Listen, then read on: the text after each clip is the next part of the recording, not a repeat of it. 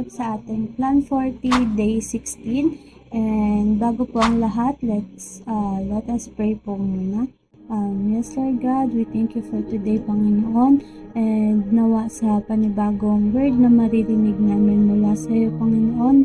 Nawa maging silbing encouragement po to sa bawat isa, Lord God.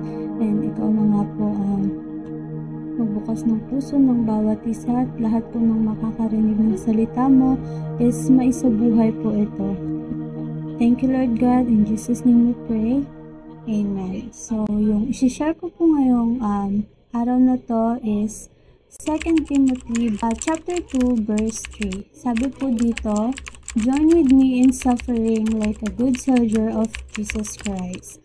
So, alam naman po natin na si Paul yung sumulat nito, and sinulat niya po to para kay Timothy dahil nung time po na to is nakakulong po siya, and parang farewell letter na niya po ito dahil alam niya na nung time na to na malapit na rin siyang mamatay, and gusto niyang sabihin kay Timothy na magpakatatag siya sa pananampalataya niya kahit na may hardship siyang nararanasan.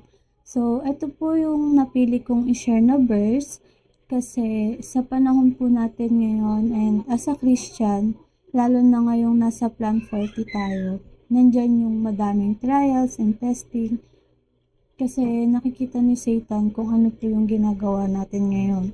Sabi nga po sa verse, parang reminder po sa atin to na magkaroon tayo ng commitment, ng perseverance, na maging disiplinado tayo. At magkaroon tayo ng endurance of faith. Kasi, di ba, laging sinasabi sa atin na ang pagiging Christian, hindi madali. Hindi laging masaya, hindi laging okay yung sitwasyon natin. Kaya, sinasabi sa verse na to na mag-stand firm tayo sa faith natin kasi hindi natin alam kung kailan tayo tatargetin ng kaaway. Kaya, minsan, darating po yung time na may isa-sacrifice ka, kaya dapat meron tayong endurance of faith para maging ready tayo palagi. Kasi part na talaga ng pagiging Christian is yung nandyan yung suffering, yung persecution, and yung struggle na minsan hindi na natin alam kung ano yung gagawin natin sa sitwasyon.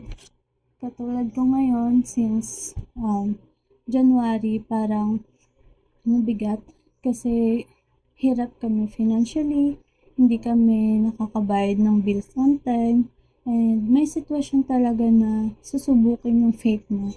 Pero nawa lahat tayo kay Lord lang lumapit, and panghawakan natin yung salita niya.